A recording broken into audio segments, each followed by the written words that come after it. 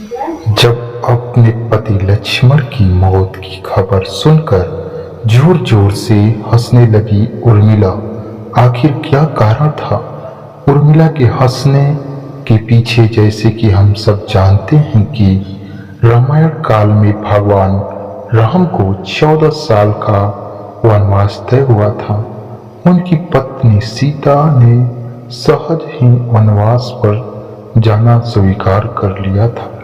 वहीं बचपन से श्री राम और सेवा करने वाले लक्ष्मण ने भी अब भगवान राम की सेवा के लिए वनवास पर जाने का तय किया और अपने माता से अनुमति ली। तभी वह संकोच करते हुए अपनी पत्नी उर्मिला के कक्ष की ओर बढ़ ही रहे थे कि माता से तो मैंने आशीर्वाद ले लिया, लेकिन जब उर्मिला से क्या आज्ञा लूंगा, मैं कैसे उसे समझाऊंगा, उससे क्या कहूंगा, यही सोचकर लक्ष्मण आगे बढ़ रहे हैं। प्यारे दोस्तों, आप सभी को हम बताना चाहते हैं, बने रहिए। तभी वो उर्मिला के कक्ष में पहुंचे। वहीं उन्होंने देखा कि उर्मिला आरती की थाली लिए खड़ी है। उर्मिला लक्ष्मण जी से कहती हैं कि आप मेरी चिंता मत कीजिए, आप अपने भ्राता की सेवा करिए, क्योंकि सबसे बड़ा धर्म है कि आपकी सेवा में कोई बाधा ना आए। इसलिए मैं आपके साथ जाने की जिद नहीं करूंगी। यह सुनकर लक्ष्मण जी प्रसन्न हुए। कहा कि तुमने तो मेरा सारा संकोच ही दूर कर दिया उर्मिला। यही सोचकर जो रहे थे जो लक्ष्मण जी, वही सब दूर हो गया। प्यारे साथियों, इसी के साथ उर्मिला ने एक दीपक जलाया और कहा कि मेरे नाथ के सांसों की कभी बुझने मत देना। इसके बाद भगवान राम, माता सीता सहित लक्ष्मण जी 14 साल के लिए वन में वास करने चले गए। उनके पीछे उर्मिला का तपस्वी की भांति अपना जीवन व्यतीत करने लगी। बता दें कि उर्मिला भी 14 वर्ष के लिए नींद में चली गई थी।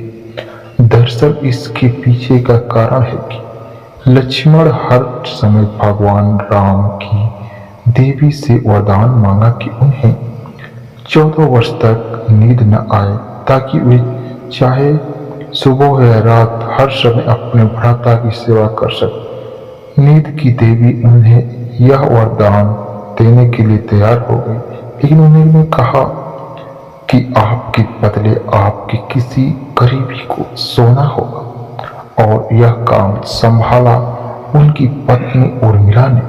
प्यारे दोस्तों, ऐसी पत्नी बहुत कम लोगों को मिलती है, और ऐसा भाई जो श्री राम के थे। मेघनाथ और लक्ष्मण जी का युद्ध। कहते हैं कि जब लक्ष्मण और मेघनाथ के बीच युद्ध हुआ था, तब उस समय लक्ष्मण की मूर्छित हो गए थे। तब हनुमान जी उनके लिए संजीवनी बूटी लेने गए थे। संजीवनी बूटी लेकर जैसे ही वो अयोध्या से गुजर रहे थे, तो हनुमान जी को राक्षस समझकर भरत ने उन पर तीर से हमला किया। हनुमान जी नीचे गिर गए। हनुमान जी ने भरत जी को सारी बात बताई कि किस तरह रावण के पुत्र मेघनाथ ने लक्ष्मण जी पर हमला कर दिया है। इसलिए वह उनके लिए संजीवनी बूटी लेकर जा रहे हैं। वहीं आपको बता दें कि जैसे ही लक्ष्मण जी मूर्छित हुए, वैसे ही उर्मिला जी भी अपनी नींद से उठ खड़ी थी। जहां भगवान राम जी की माता कौशल्या ने यह सब सुना, तो उन्हें कहा कि राम से कहना है कि लक्ष्मण के बिना वो भी अयोध्या में पैर न रखे। वहीं दूसरी ओर माता सुमित्रा ने कहा कि भगवान राम से कहना कि अभी भी मेरा दूसरा पुत्र शत्रुघ्न मेरे पास है, अगर जरूरत पड़ी तो मैं उन्हें भी भेज दूंगा। मैंने दोनों बेटे भगवान राम जी की सेवा के लिए जन्मे हैं। माताओं का ऐसा प्रेम देखकर हनुमान जी की आंखों में आंसू आ गया। प्यारे जी हाँ दोस्तों, ऐसी माँ सबको नसीब वालों को ही मिलती है। हनुमान जी को संजीवनी बूटी लाने में कितना समय लगा, आइए जानते हैं। वहीं जब हनुमान जी ने उर्मिला को देखा, वो चुपचाप खड़ी थी। जब हनुमान जी ने उनसे पूछा कि क्या उन्हें अपने पति की चिंता नहीं हो रही, तब उन्होंने कहा कि हे हनुमान जी, मैं भला क्यों चिंता करूं, मेरा दीपक अभी भी संकट में नहीं है, तो मेरे स्वामी कैसे संकट में हो सकते हैं। वो हंसते हंसते वहां से चली गई। जब हनुमान जी संजीवनी बूटी लेकर वापिस लंका गए थे, तो संजीवनी बूटी से एक कदम ठीक हो गए थे। तो वहीं उर्मिला जी भी अपने भवन में जाकर सो गई थी। जय श्री राम। रामायण के हारने के बाद जब भगवान राम सीता समेत अयोध्या वापस आए, तो उन्होंने कई वर्षों तक अयोध्या में राज किया। तभी एक समय उपरांत अयोध्या में काल के देवता भगवान श्री राम से मिलने आए। उन्होंने भगवान राम से विनती की, हे हमें किसी खाली स्थान पर वार्तालाप करना है होगा, और अगर इस वार्तालाप के बीच कोई आ जाए तो आपको उसके प्राण लेने होंगे। भगवान राम और काल वार्तालाप करने लगे, और उन्होंने पहरेदारी के लिए लक्ष्मण को कक्ष के द्वार पर खड़ा कर दिया। तभी वहां पर दुर्वासा ऋषि भगवान से मिलने आए।